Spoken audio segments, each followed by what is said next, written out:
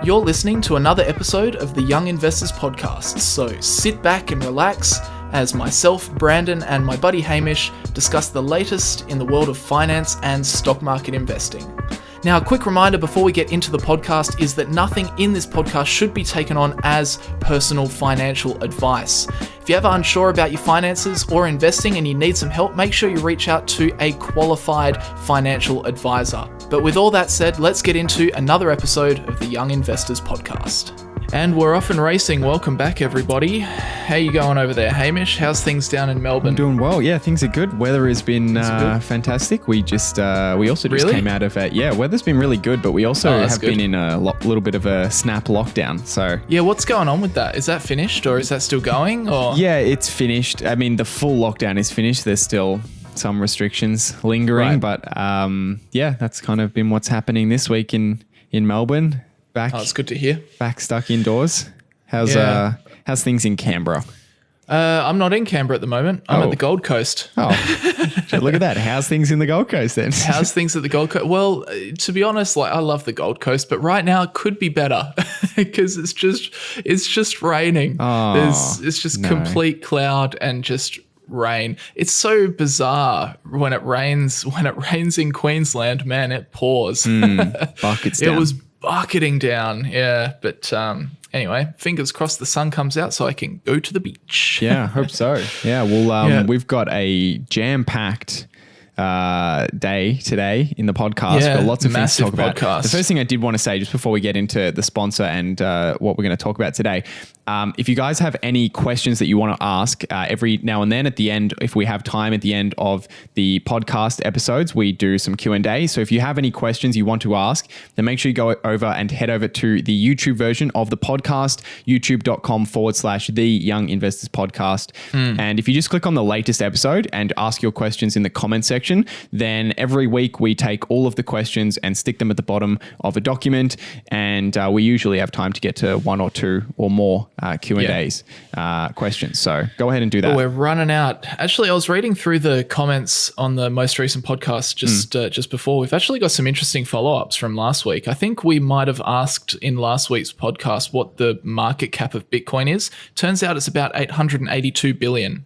Wow. So that was a follow-up. So thank you, Peter, for letting us know about that. Thank you. And there was an interesting follow-up as well from Khalid, who said, technically speaking, if you're a Tesla holder or an S&P 500 index fund holder, which Tesla is a part of, then theoretically you do hold Bitcoin. Correct. That is true. Is correct. That is very true. However small that might be, it's true. We do hold some Bitcoin. I hold some Bitcoin. I'm a Tesla shareholder. There you go. And Alex has a follow up. He simply says, "Nice, Gary." So it's good that a few people out there got that reference. Anyway, let's get stuck into the podcast. Today's episode is sponsored by Sharesight, and Sharesight is an application that you can use to track the performance of your stock portfolio, and it's fantastic for keeping track of all of the different types of gains you experience when you're investing in the stock market. So capital gains, dividends. If you have dividend reinvestment plans, then it will do all of those calculations for you. Currency gains, if you're buying shares internationally or you hold foreign currencies. And then the main reason why I personally use it is when it comes to tax time. So Sharesight generates up to 10 different reports that can be used at tax time to easily work out things such as your capital gains, dividend income, and more. And at the moment, you can try Sharesight for free by heading over to sharesight.com/young investors. That's site spelled SIGHT. Sharesight.com/young investors. You can use that link to sign up to a free plan and use it for as long as you want. And if you also want to sign up to a paid plan with more features, more premium features, then you can use that link to get 4 months off a yearly subscription. So go check it out if you're interested in that. Nice. I like how you say it tracks your gains. It's like it doesn't track your losses because we don't want to know about those. Yeah. If you're losing money, it just disappears. Yeah. Instead of saying like negative 30%, it just says negative, and then it just says, "Don't worry, everything's gonna be all right." Yeah. And it slowly just strokes through your hair. Everything's gonna be all right. If your portfolio is doing really bad, it just comes up with a message encouraging you to start a new portfolio, and just so you can just kind of. We advise you delete this portfolio and start again. Get a fresh start. Go to the Gold Coast for a couple of days and get a fresh start. Time to open your 8th account. Yeah. Yeah, we noticed you have 15 accounts with us. Is something wrong? Oh, dear, oh, dear. All right, where should we start? Where should we start today? I don't know. We'll start with a bit of 13F news. That's always pretty interesting. Yeah. Should we start with Burry or Buffett? Both are quite interesting. You pick. Let's start with Buffett. Buffett. Yeah, fair. Everyone wants to know about Buffett. So, of course, when we're talking 13Fs, this is a quarterly filing that big money managers have to make over in the US if they manage, what is it, more than 100 million? Yeah, I think it's 100 million. Yeah. Yeah. So it basically just is them publicly disclosing what's in their equity portfolio. So it just lets us know essentially what the big dogs are doing. And big dogs, they don't come much bigger. Well, they do not come bigger than Warren Buffett. He is the biggest of the big dogs, some may say. So a couple of interesting things, nothing groundbreaking, I guess, with the moves that he was making in this is for Q4 2020, because of course there's a 45-day delay after the quarter ends before this becomes public information. That's why we're only talking about it now. So probably the biggest story was that he's just formed a big new stake in Verizon. So I, to be honest, I didn't actually know heaps about Verizon, so I just did a quick squiz. But everybody knows them as a big US telecommunications company. They offer wireless, internet, TV, and phone services. They have 2,330 retail stores, and they're actually the second largest telco in the States by revenue after AT&T. So that is Verizon. And this is interesting because Buffett, well, I shouldn't just say Buffett, but Berkshire Hathaway made an investment in T-Mobile, or T-Mobile, I say it like the Americans do, T-Mobile, last quarter. And they've also added to that position in T-Mobile by 117% in this quarter, which is another big telco. Right. But that position is quite substantially smaller than the one they just made in Verizon. In fact, the stake they just made in Verizon went straight to their 6th largest position in their portfolio. Wow. So yeah, it's not a small buy. You know, sometimes like a couple of quarters ago, we're like, oh, you know, is Buffett buying into this gold miner? And it turns out it occupied like 0.3% of his portfolio. So it really was insignificant. But this stake in Verizon occupies 3.2% of his portfolio. Yeah. So, I mean, it's actually, as I said before, it's the 6th largest position. It's actually quite a decent stake considering his portfolio has a lot of stocks in it. But yeah, he bought 147 million shares, and overall that at the end of the quarter had a market value of $8.62 billion. So he's probably sunk roughly, $8.5 billion into this investment. Any thoughts on the new stake in Verizon? Yeah, I mean, I'm probably in the same boat as you, where it's not really an industry that I've looked into that much, particularly in the US. I probably know a little bit more about Australian telecommunications than American telecom, but I mean, it's certainly a decent sized position, 3.2% of the portfolio. And this was actually one of the businesses that he requested special confidentiality, I think it's called, from the SEC. So if you remember, this was it, yes. So and actually 2 other businesses as well. So it was actually 3 in total. But I can't actually remember exactly how much. I think it was about $12 billion or $13 billion at the last 13F filing was listed as just information omitted. We basically didn't know what it was. At the time, a lot of people speculated that it was actually Tesla. Yeah, they did, didn't they? So that was interesting. So we finally found out what he was buying, and it was Verizon and 2 other companies that only made up about less than 1% of the portfolio. So it was mostly Verizon that he was secretly trying to invest in. So very interesting. It is the 6th largest, but it's still only 3% of the portfolio. So it's not huge. Then again, I mean, if you exclude Apple from the portfolio, then all of a sudden his second, third, fourth, fifth, and sixth largest positions look a hell of a lot bigger. Yeah, I mean, definitely. Just the fact that I think Apple's like up to, actually he reduced in Apple. He did. This quarter. He trimmed it by about 6%, but I still think it's like 43% of his portfolio. So it's almost taken up half of that portfolio, which is just bloody insane. But yeah, but no, I find that interesting. Yeah, definitely interesting. Interesting buy in Verizon.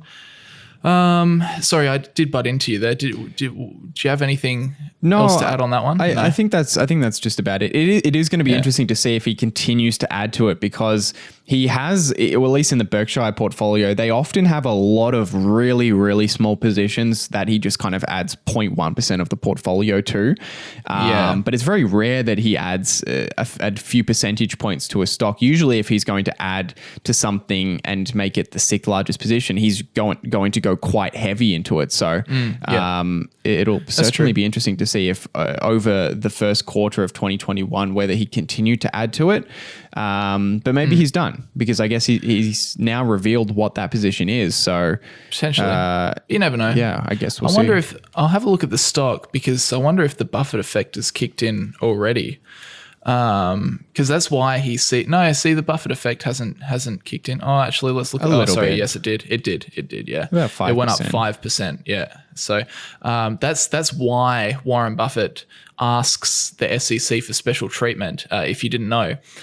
So what Hamish was saying before, where he was allowed to make this purchase and just put down the numbers as, a confidential buy, is because as soon as that information becomes public, everybody else starts buying it, and that spikes the share price up. So Buffett really doesn't have an opportunity to get in at the price that he potentially wants to for Berkshire Hathaway. So so that's the Buffett effect anyway. So I've seen about a 5% Buffett effect on Verizon.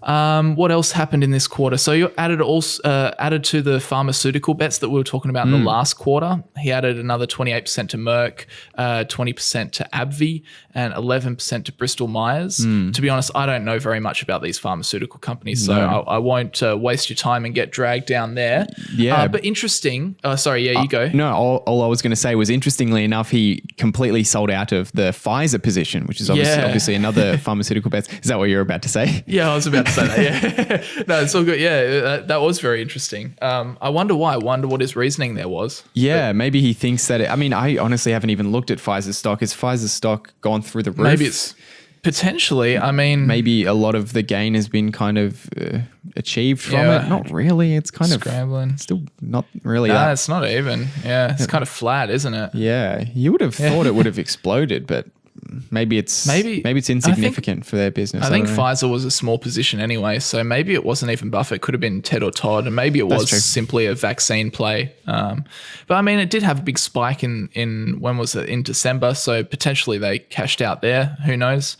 Yeah. And it's fallen back down in 2021, so it might be the case where we see, because it's at roughly the same price now as what it was in Q3.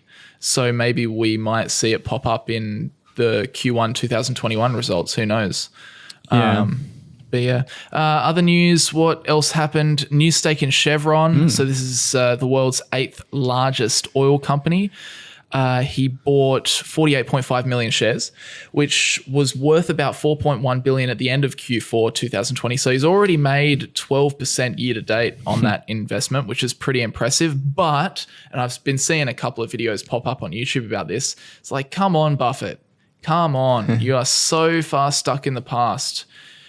Naughty Buffett for investing in oil companies. But then again, to be honest, I don't think Warren Buffett cares particularly for that sort of stuff. But when I look at that, and obviously Buffett is someone I look up to, and Buffett thinks about holding these investments, any investment he makes for 10, 20 years. I'm just like, really? Oil company? Really? But I don't know. It's probably the case that oil's not going anywhere anytime soon, but still, I don't know. Yeah, it could very well be a good investment. Doesn't really align with my values, but in terms of investment, it could be. I think oil is going to be used for a very long time, even though we're going through quite a substantial shift, I think it's going to take a long time. It's used in plastics as well, so plastic isn't going anywhere. The use of fossil fuels in the industrial sector is just so deep that is going to take a long time. There'll be moves in the consumer market first, things like electric cars and powering your home and those sort of areas, but industrial will take a long time, and maybe Buffett sees that, but it doesn't really align with my long-term values of buying something that you would want to hold forever. Yeah. To be honest, I don't think I would ever, buy shares in Chevron. Yeah, I could safely say I will never do that. We'll go with that. Just not my style. Just not my style. All right, we should move on. So I'll just go through this quickly. So yeah, he did reduce his Apple stake by 6%. Any thoughts on that? I guess that's maybe just taking advantage of a high share price and trimming down. He's still very heavily invested. So yeah, I mean, nothing in particular. He trimmed last quarter, and earlier in the year, earlier in 2020, he basically said, I made a video on this. He basically said that he doesn't trim positions, that if he's trimming, he's selling it out. That's right. I made a video about that. Well, okay, he said this, but also at other points in time, he said that he does trim positions. So I think he's quite inconsistent on trimming. So I don't think it's probably not something that's a big part of his principles, because he kind of goes back and forth. But wait, what did I say? Did I say that I do trim or that I don't trim? What did I say 20 years ago? What did I say? No, I do trim. No, wait, no, I don't trim. I mean, it would be impossible to be consistent with how long he's been publicly talking about positions as well. Like, I mean, I don't know when he said he does trim, but it could have been 40 years ago. Yeah, there are so many situations in the stock market where you might say one thing, but then something else arises and you're like, oh, actually, I do need to do the opposite of what I just said, kind of thing. Yeah. So there's a lot of that. Anyway, moving on. So he sold out of Pfizer. He also sold out of JP Morgan. There you go. That's a pretty big sell.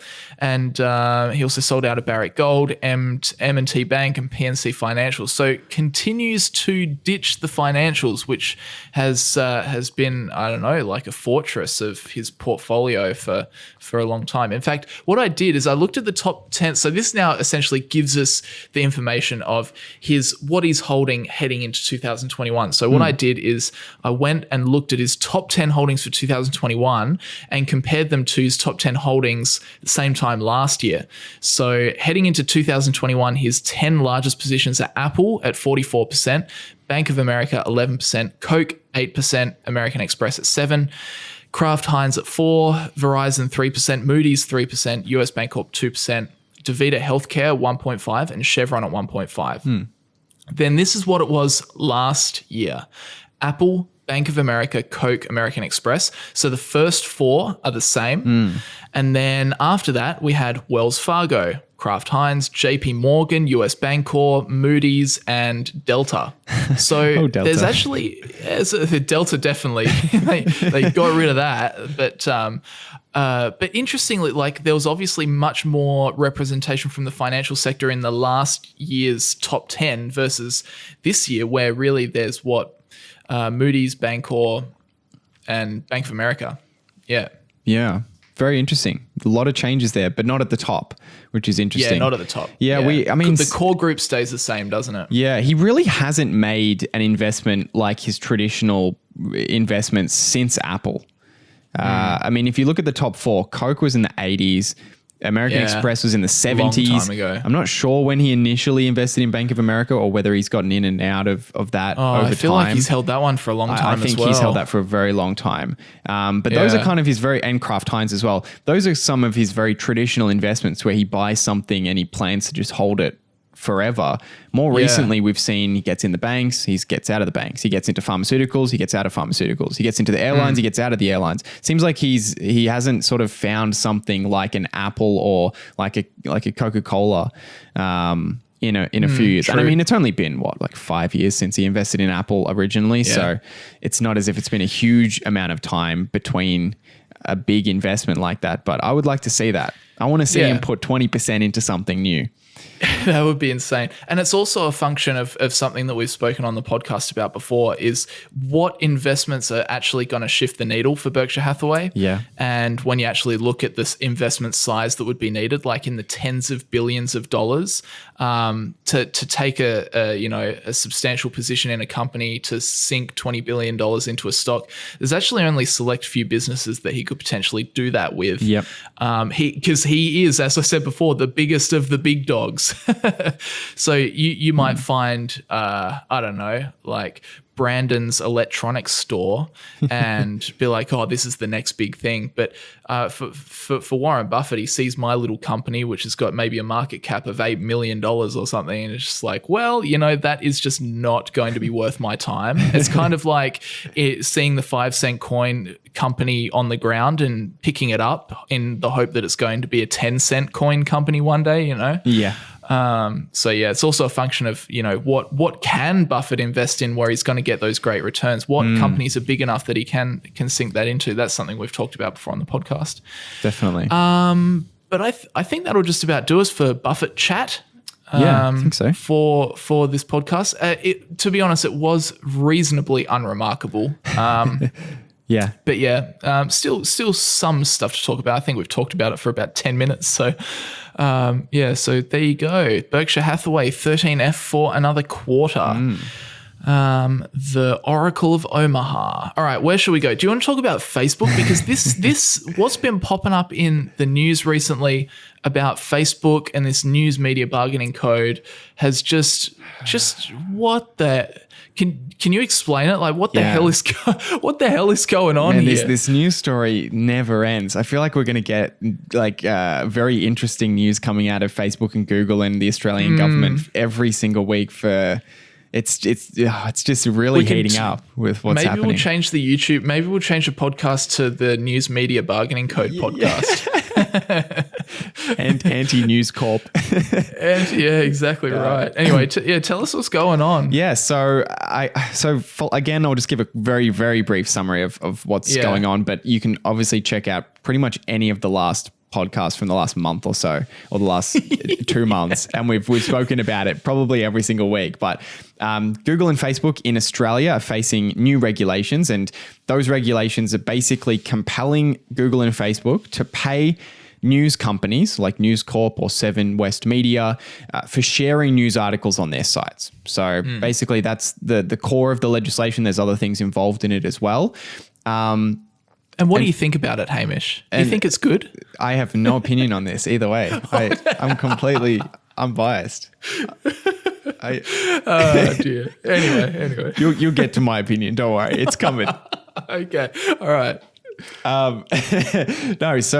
Basically there's been a few different reactions from Google and Facebook. Google first threatened to remove search from Australia, which was I think that happened last week, and they've since reneged on that, and they've actually struck a deal with Seven West Media and News Corp, and they're expected to strike deals with a number of other media companies, basically saying, yes, we will pay you to be able to show your news in their news app and in search. Wow. Okay. Yeah, and Facebook decided to go a little bit differently. They took a different approach, didn't they? Instead of putting their hand out and striking a deal, they actually this week decided they were going to remove news from their platform entirely.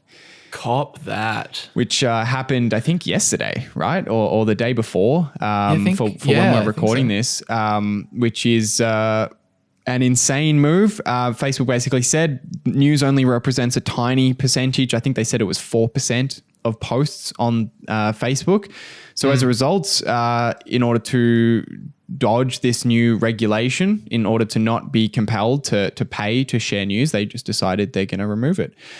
See you later. Cop that. Yeah, and I don't think anybody saw this coming as well, which was why it was such a shocking news story. And there was actually a lot of different things that happened, a number of consequences that kind of came out of how quickly this happened. They actually also ended up blocking a number of non-news pages in their sort of broad sweep of removing news pages, because of course they're not manually removing news pages. They're using an algorithm that's kind of guessing really. based on a number of rules. But there was a few pages that were removed that are not news. So 1-800-RESPECT, the Western Australia Department of Fire and Emergency Services, the Bureau of Meteorology.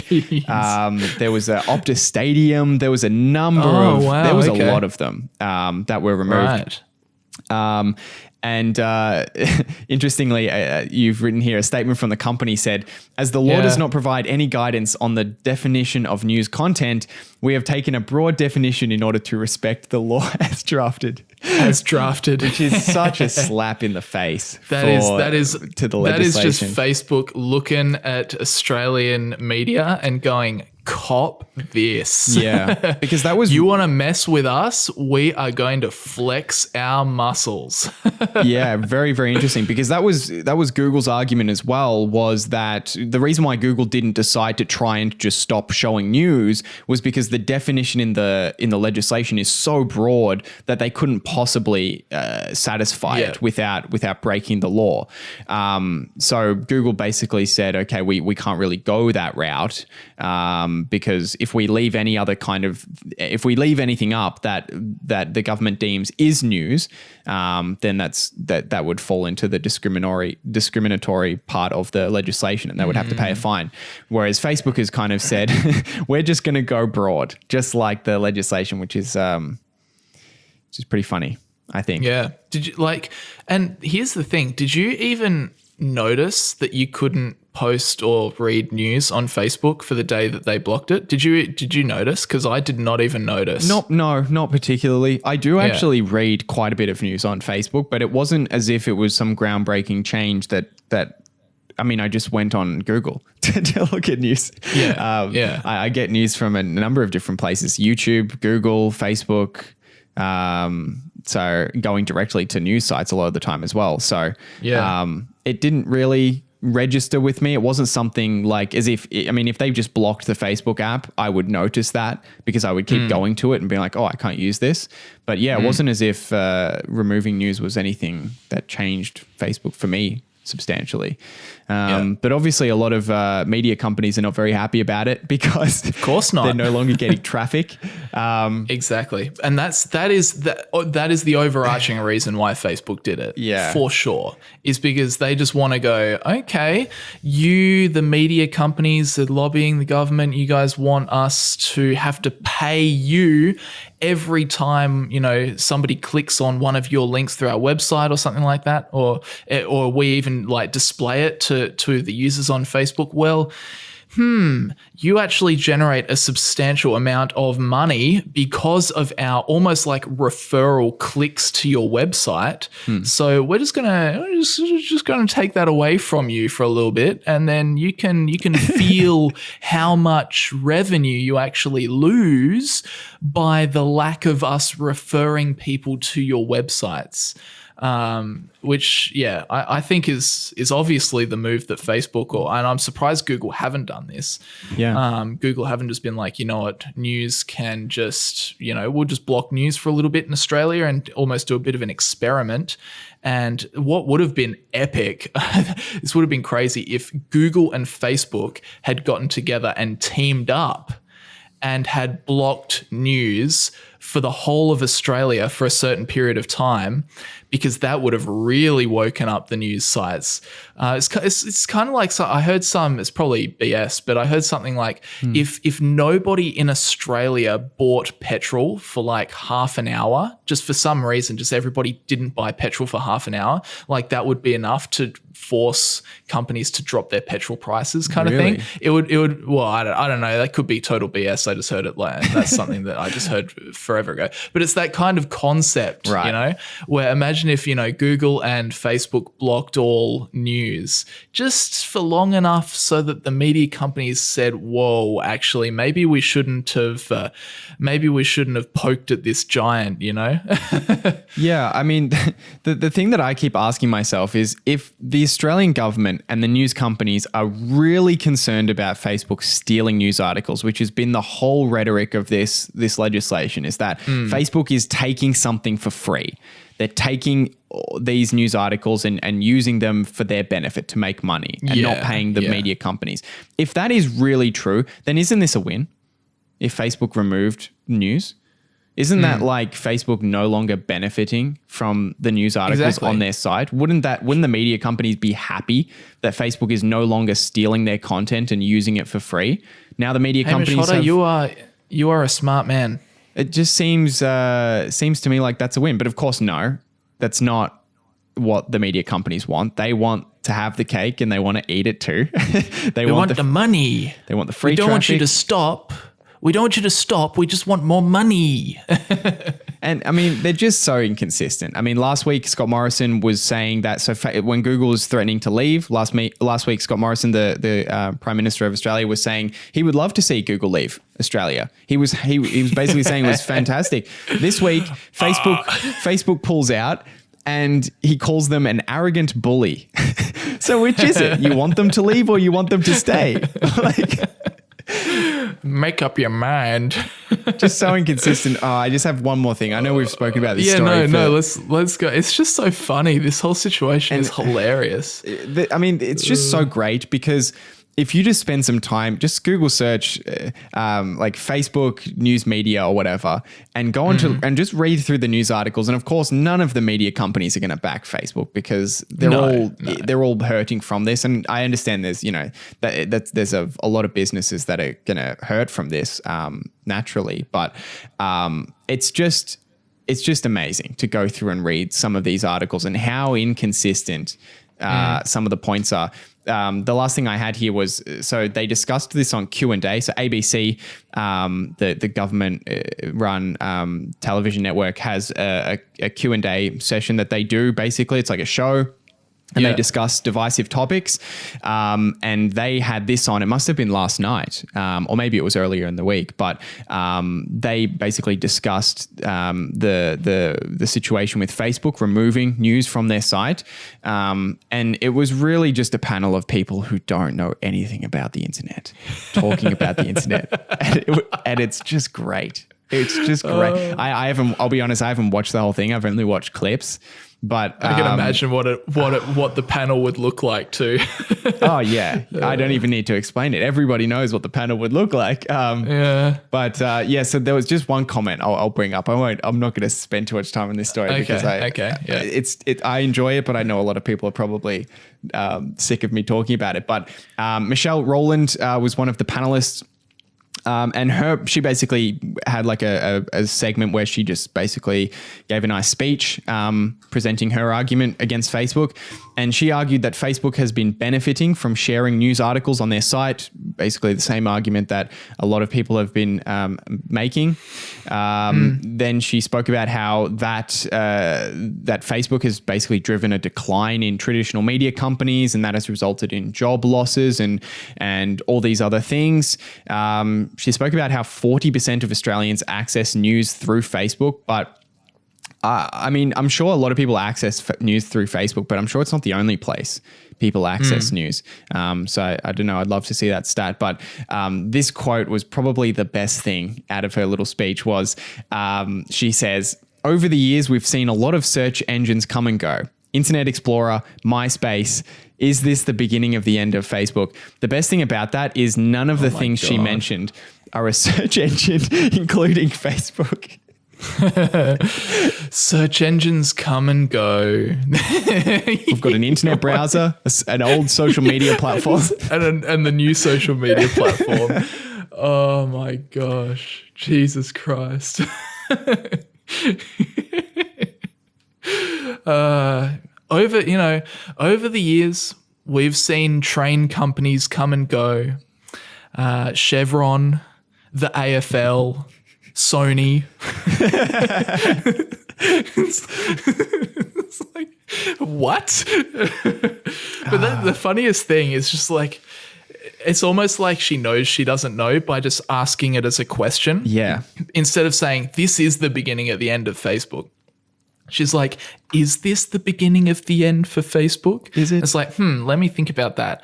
Okay, so, well, first of all, the Australian market is really insignificant to Facebook. Secondly, there's like a third of the world's population that uses Facebook on a monthly basis. What did we ran a calculation when we were looking at their numbers. I think it was 75% of people who have access to the internet use Facebook every month, I think. Use one of the apps. Yeah, at least one of the apps, which is just an Is this the beginning of the end? Okay, so the return on invested capital is like 20 to 30%, like for years and years and years on end. Okay, so they're getting record revenues. Okay, they've got this massive network effect, this massive moat. Okay. No, I don't think this is the beginning of the end for Facebook.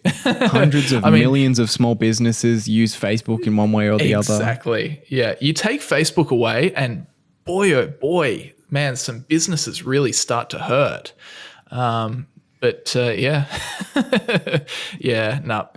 Disregard whatever the hell that lady said, because that was just clearly not well educated on the topic. And the best thing about the panel was nobody challenged her after she said that. They were all just nodding their head. Nodding. Yes, yes, maybe. You're right. Very well could be. I haven't used Firefox in years.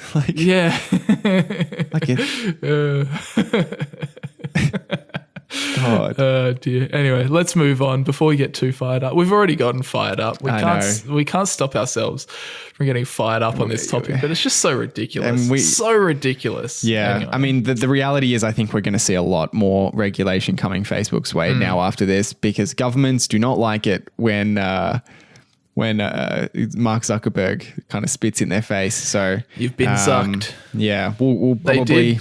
Australia got zucked. They got zucked. Yeah, they did. It was the zuck is the immediate brutal response, and Australia is normally Murdocked, which is just the slow, repetitive kill over time. So it's like, would you rather be Murdocked or would you rather be zucked? That's essentially what this debate boils down to. You decide. Anyway, let's move on. More 13F news. I made a video about this, so I won't hammer on about it too much, but I wanted to bring it up because it is just so unfortunate. Poor old Michael Burry. I feel for him. I mean, sure, the guy's a millionaire. Sure, he's living well. He made a lot of money in the global financial crisis betting against the housing market. But so back to what we were talking about before with these 13Fs. So you know how we've been talking about GameStop over the past month or two, I guess.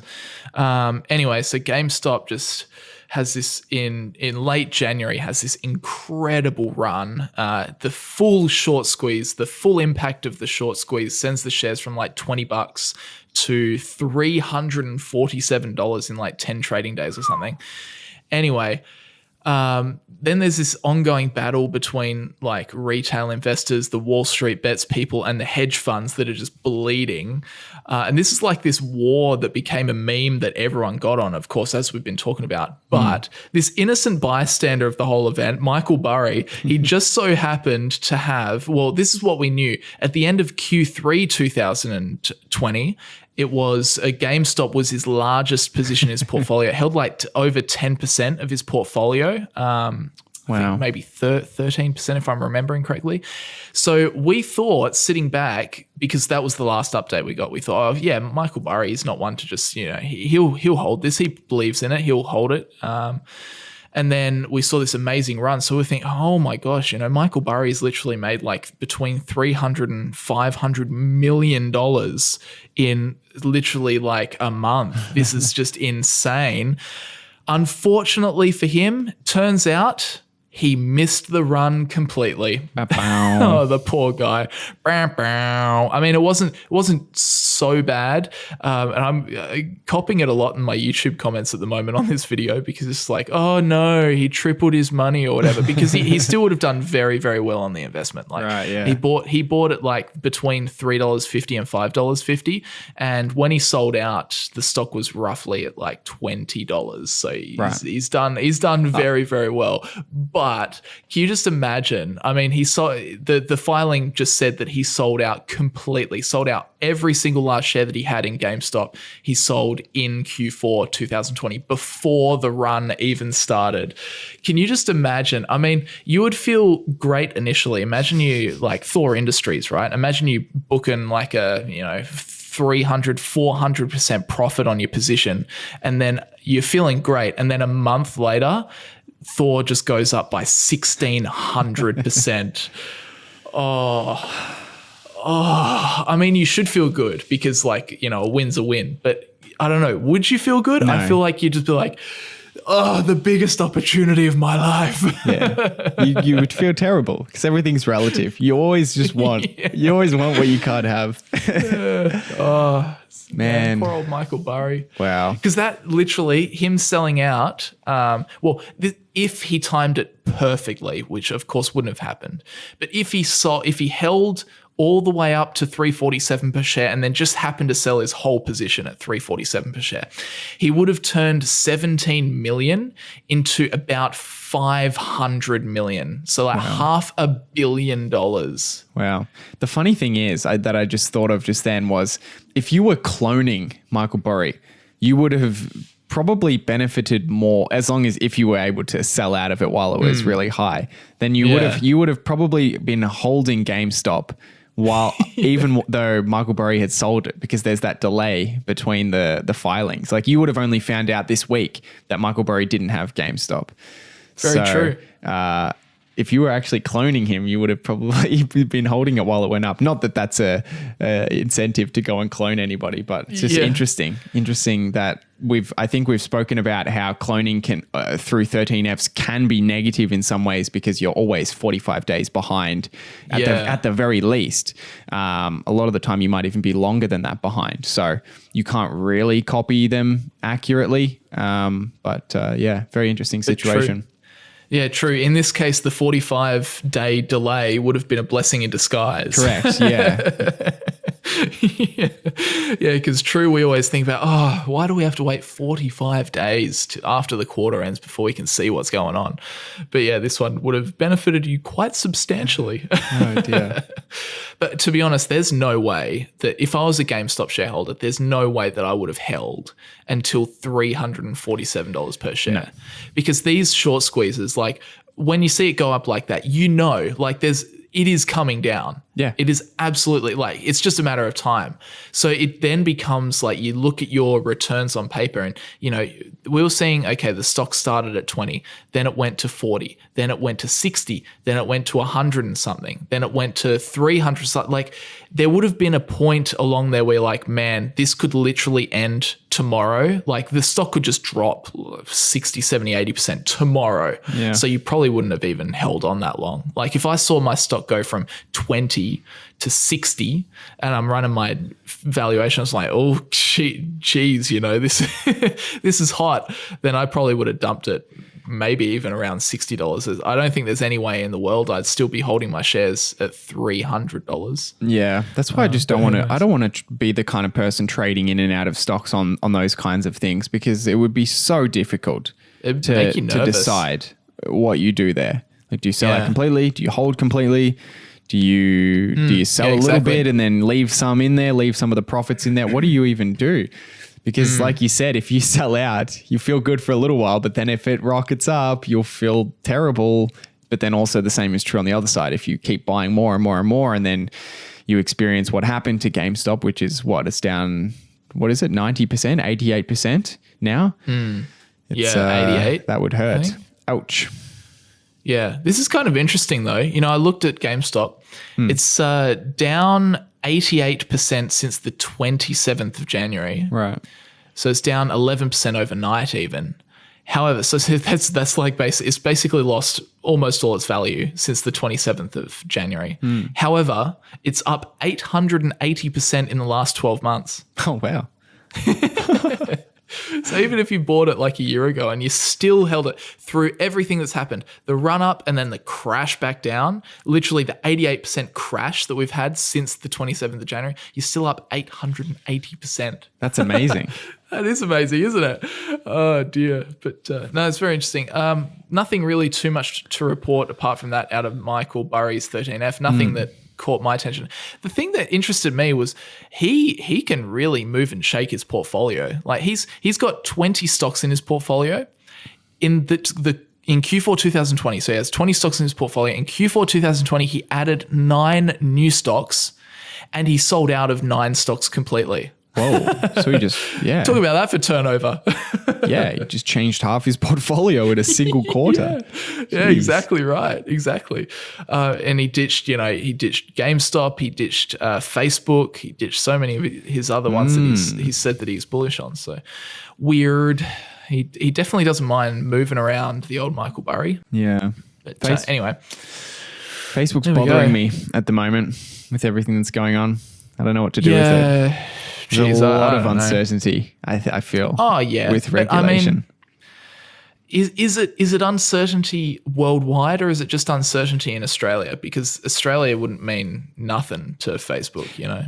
Of course, yeah. It would have to gain US interest. Which I think it could. I wouldn't say it was inconceivable for the Democratic government in the US to regulate heavily against Facebook and some of the other tech giants. But I guess we'll kind of see what happens. So Michael Burry is out. I think Seth Klarman, I had a look at he sold out of Google but kept his Facebook, actually added to his Facebook position. So there you go.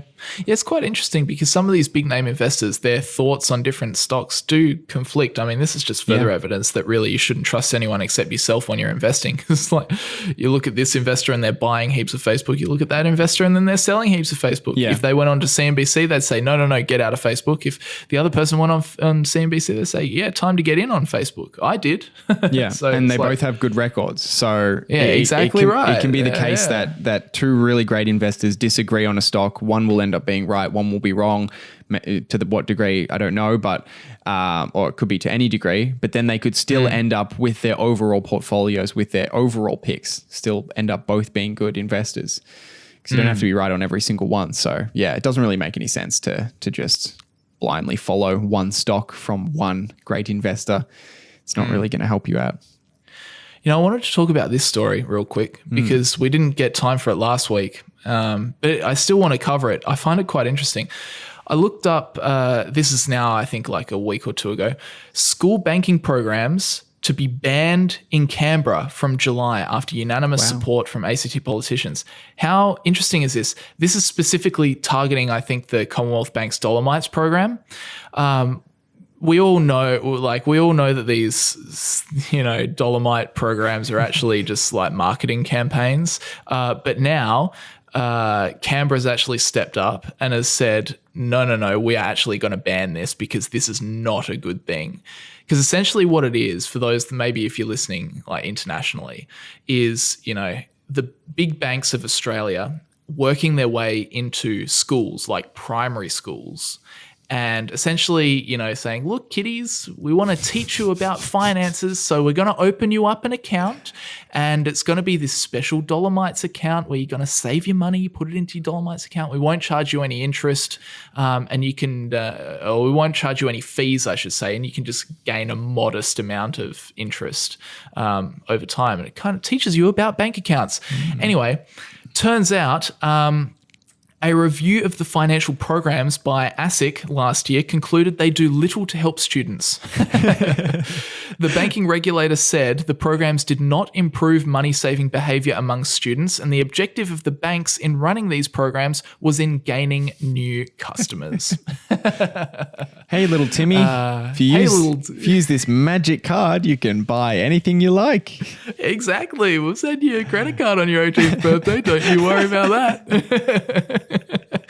Oh dear. I found in a different article here, it says a Queensland report from a few years ago showed that Commonwealth Bank paid schools $200 a year for taking part in the program. And then in addition, schools were paid $100 for every 100 students who sign up for an account and $5 for every 10 deposits made by a student. Wait a second. Yeah. So that's literally an affiliate marketing deal for the school. Yes, it is. They are selling Commonwealth Bank's banking accounts to primary school children. Oh my goodness. You can understand why this got pulled up. And to be honest, I'm surprised they're still allowed in most states, but good on you, Canberra, for actually stepping up. It says here the Education Minister, Yvette Berry, said community consultation had shown students were not satisfied with the financial education they received at school. Quote, one of the things students identified they wanted to learn about was money and finances. And the ASIC report found providers of school banking programs were unable to demonstrate these programs improved savings behavior. So it makes sense. I mean, it's not designed. I mean, really, the bank's interest, they're trying to teach them bad behaviors so that the banks can, in the long run, make as much money out of these kids as possible. But no, I like the fact that that Canberra stepped up and just said, enough is enough, get out. Yeah, I wonder what we can do, because they definitely should have some sort of financial education in schools. I think it's one of the biggest things that's missing. Yeah, and I think a lot of people want it as well. A lot of kids want to have that kind of education and understand the basics of how things function and what's even the purpose of saving money. Because it can be really hard as a kid to appreciate the purpose of saving a few $1,000s rather than buying something when you're 15 years old and you've just gotten a job. It can be really hard to grasp why you would want to do that. But yeah, they should definitely have some. And for most middle income kind of households, money is kind of just like this taboo subject. Like you just don't talk about it. You always get told as a kid, never worry. Don't worry about money. Never think about money. Don't do it for the money, which, that you can understand the thinking behind that. But when people start to say to kids, little Timmy, money's not important. Well, it's like, you understand the psychological, like the behavioral reason why you would say that money's not important. No, you shouldn't do things just for the money. However, you can't say that money is not important. No. I mean, why people spend 45 years of their life going to work to get what? Oh, money. When you go to the supermarket and you want to buy your dinner or you want to buy your groceries for the week, what do you use to buy that? Oh, that's right.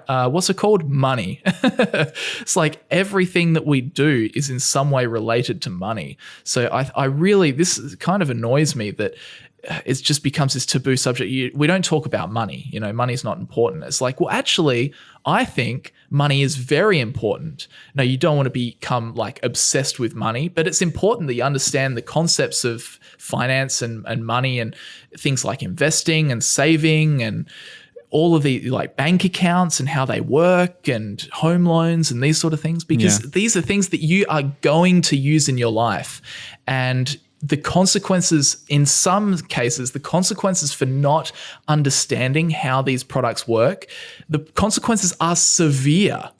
Yeah. Like credit cards, if you don't understand how a credit card works and you just max it out and then that is a severe financial consequence that you're going to have to pay. So yeah, I definitely think there needs to be, I think this is one of the biggest things that is not done well in school is giving people financial literacy. Yeah. I think that needs to change, definitely. Yeah. And I would be interested, obviously it can't be done by a private entity with a financial incentive to go and teach kiddies how to be better with money, because they're just going to get sold to, which is exactly what happened with Commonwealth Bank in this case. But something needs to be done. And I don't quite know. If you guys have any ideas as to how to make kids better with money and understand concepts going through school, I would love to hear it. So please go to the YouTube comments and let us know, because I would love to hear your guys' thoughts and opinions really on this topic. Yeah. And the internet, in a way, has helped a lot with people being able to kind of seek out their own financial education. Because prior to the internet, your education would have almost entirely come from what your parents' understanding of finances is. And in many ways, it still is. Like from a young age, your understanding of finance is going to be what your parents tell you. The philosophies and whatnot. Exactly, the principles that they instill in you. So the internet's helped with that a little bit, but yeah, it would be good, I think, if there was some kind of class that you went through, or at least a program that you do once during school that can help you understand why it's important to get started early with investing. It wouldn't even have to be a big thing. I mean, you just need to teach people about the financial structures that they will encounter in their life. So things like credit cards, debit cards, home loans, insurance policies, that sort of thing. And the other thing I would want to touch on is money saving and investing. Yeah. In the stock, probably, and you probably just talk about in the stock market and in property. Yeah. And that would basically be it. You just cover active invest. Well, you probably wouldn't even cover active investing. You probably just stick to passive investing. You talk about that. Talk about how some people use property to invest, and then that'd be it. Yeah. But anyway, Jesus, seems relatively straightforward. Maybe obvious. We should do it. Anyway, so that's what I wanted to touch on with that story. Do we have anything else, or should we move it? We've only got one Q&A question today. I guess we've probably been going for almost an hour. We should probably head into our Q&A question, right? Yeah. Let's jump into it. This is an interesting one because it's a bit out of left field, which I kind of like. Where was it? Here it is. So, hey guys, big fan of the podcast. Thank you very much. A bit of a different question to usual. What tax benefits do you guys get as YouTubers? I imagine you can claim camera equipment, software, etc. But what's to stop me from claiming to be a YouTuber and get the same benefits? Is there a certain amount of income required per year or anything like that? Asking for a friend. That is a really good question. I haven't answered a question like this in a long time. Yeah, I mean, there's a lot of things you can deduct. Of course, that's true. The income that will be required is, I mean, you can only get tax savings on income that you've generated through YouTube. So you couldn't make $0 through YouTube and then get deductions on equipment that is used to create YouTube content, as far as I'm aware, at least. But I believe the ATO considers you to be legitimately in business when you make I think it's over $20,000 in the year. Right. So that's a bit of a barrier that, I don't know, my accountant told me. But anyway, sorry, continue. No, I'm just trying to think if there was anything in particular. I mean, of course, camera equipment is good, and software, as you mentioned. Yeah, I mean, of course, there's things like the home office expenses. True. Internet, phone, that sort of stuff. Travel, if you when I go down to Melbourne, maybe we'll do a podcast while we're down there, do a video, and that will all be deductible. One thing I didn't know, when you're traveling for business, interstate meals you can deduct. That's handy because I eat a lot of food. Yeah. Do you know that? Yeah, you can. That's something I learned recently. Yeah, if you're traveling for business, you can deduct pretty much quite a lot accommodation, just not entertainment food. And alcohol. Alcohol's EJ Entertainment. EJ Entertainment. $24,000 asides. Okay, we did spend a little bit too much on the sides. Anyway, sorry. I don't know. What else? I'm blanking. It's mainly just equipment, isn't it? It's equipment, it's home office, it's travel if you're going somewhere to make a video. Yeah. It's the things like the phone, internet, and that sort of thing. Software like Adobe stuff. Trying to think what else, but I'm drawing a blank. Yeah, probably the biggest expense for me that I can claim is equipment, because generally electronics are pretty expensive. You can claim, buy a new phone, you can claim that. You buy a new laptop, you can claim that. So there are some advantages there. Yeah, definitely. But yeah, of course, with the tax, I'm certainly no professional, and you should absolutely not take this as tax advice. But yeah, you have to make sure. It's like if you make $20 in 1 year from running a YouTube channel, and you have $10,000 of expenses, the ATO is going to come around and say, look, you're claiming $10,000 worth of tax deductions, and YouTube's only made you $20. Something's not quite right there.